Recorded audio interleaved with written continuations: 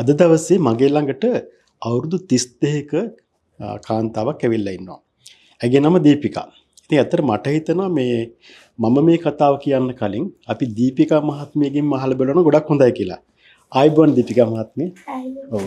දැන් ඇත්තට ඇයි ඔබ මගේ ළඟට ආවේ? මගේ බර්ත් මාර්ක් ගායන් කරගන්න තා ડોක්ටර් ළඟට ආවේ.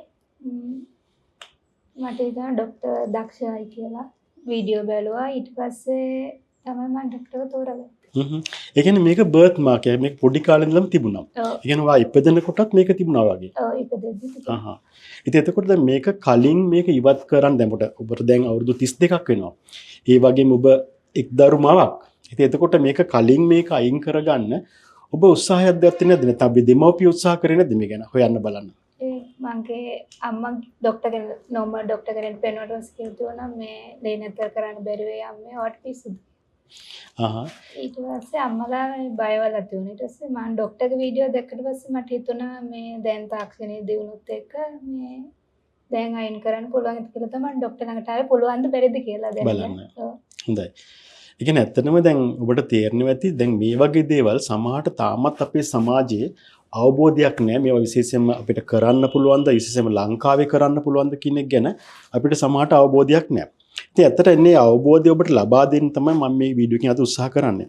සහ මම ඇත්තටම බලාපොරොත්තු වෙනවා මේක ඇත්තට මේක කරන්න පුළුවන් සත්කම ඉවත් කරන්න පුළුවන්. ඉවත් කරලා අපි ඊට පස්සේ අයව අපි හමු වෙනවා මේ සත්කම පස්සේ. ඒතර ඔබට බලා ගන්න පුළුවන් දැන් යගේ තියෙන தත්ත්වය සහ මේ සත්කම කරාට පස්සේ ඇති වෙන தත්ත්වය. ඉතින් ඔබ මේකට ඇත්තට මේක මානසික ප්‍රශ්නයක් වුණාද ඔබට දැන් ඔබ ඉස්කෝලේ යන කාලේ ළමයින්ගේ උසුළු විසුලට ලක් වුණාද? පොඩ්ඩක් අයින් කියන්න. ඒ කාලේ නම් එහෙම නෑ. අර සමාජයට යද්දි පාරේ යද්දි කට්ටිය දකින්න සමහර අය ලස්සනයි කියන සමහර කැතයි කියන එහෙම ඉතින් ලස්සනයි කියන කට්ටියත් ඉන්නවා. ඔව් ලස්සනයි කියන කට්ටියකුත් හිටියා. ඇත්තටම ඔබ හිතන්නේ ඒක ලස්සන නිසාද නැත්නම් ඔවුන් බුද්ධිමත් නිසා එහෙම කතාවක් කියනවා කියලාද? සමහර විට එහෙම වෙන්නේ. බොහොම ඇත්ත. ඇත්තට මේක බොහෝ දුරට ඒගොල්ලෝ බුද්ධිමත් නිසා. මොකද ඇත්තට දැන් ඔබ දන්නවා ඔබේ මේ ප්‍රශ්නයක් තියෙනවා ඔබට මේක ඉවත් කරගන්න බැරි වුණා.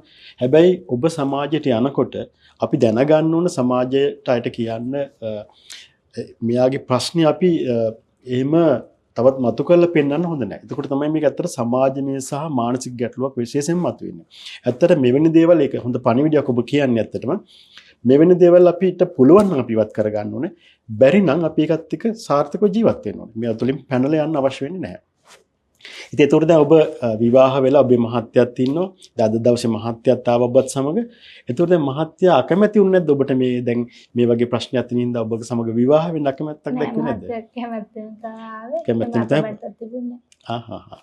ඔව් ඉතින් මේක තමයි වැදගත් වෙන්නේ. අපිට දැන් මේ දේවල් තුල අපි ජීවිතේ මානසිකව මොකද සමහර අය මගේ ළඟට එනවා මේ වගේ ප්‍රශ්න තුල ගුහෝ දුරට මානසිකව විඳවනවා. ඇත්තට මෙතුමිය දැන් හැම වෙලාවෙම hina වෙලා ඉන්නේ මෙතන. ඉතින් එතුමිය ඒක ලොකු ප්‍රශ්නයක් කරගෙන නැහැ. හැබැයි එතන මම බොහොම ස්තුතිවන්ත වෙනවා ඔබට. මොකද මේ වීඩියෝ එක අපි කරලා අපි ලංකාවේ අයට පෙන්නමු. ඒ වගේ විශේෂයෙන්ම අපි පිටරටත් අවධානය අපිට යොමු කරගන්න පුළුවන්. මේ වගේ දේවල් අපිට කරන්න පුළුවන් කියලා සාර්ථකව. ඉතින් එහෙනම් අපි දැන් සත්කමට යමු. ඊට පස්සේ සත්කමේ කීපයක උත්තර බලමු.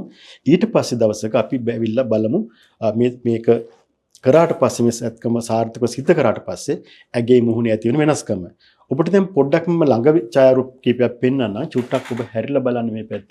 ඔබට පේනවා ඇති දැන් මේ ස්ථානයේ ඇගේ උපන් ලපයක් විතරක් නෙවෙයි ගෙඩියක් වගේ නිරලා එළියට ඇවිල්ලා තියෙනවා. ඉතින් මේක අපිට සාමාන්‍ය මම හිතන මේක සාර්ථක අපිට සත්කම අම්මගෙන් ඉවත් කිරීමේ හැකියාව තියෙනවා කියලා. ඉතින් මේක ඊටමත් මේ වගේ සත්කමක් කරන්න ඊටමත් අපිට දැනුමක් තියෙන්න ඕන අවබෝධයක් තියෙන්න ඕන සහ ඒ ගැන විශේෂ එක්ස්පීරියන්ස් එක පළපුරුද්දක් තියෙන්න ඕන. ඉතින් එහෙම නැත්නම් මේ වගේ දෙයක් ඇත්තටම කරන්න අපිට අපහසුයි. ඉතින් එහෙනම් අපි දැන් යමු සත්කම කරන්න. ඔබ ලෑස්ති නේද සත්කම කරන්න? ඔව් හරි. බොහොම ස්තුතියි.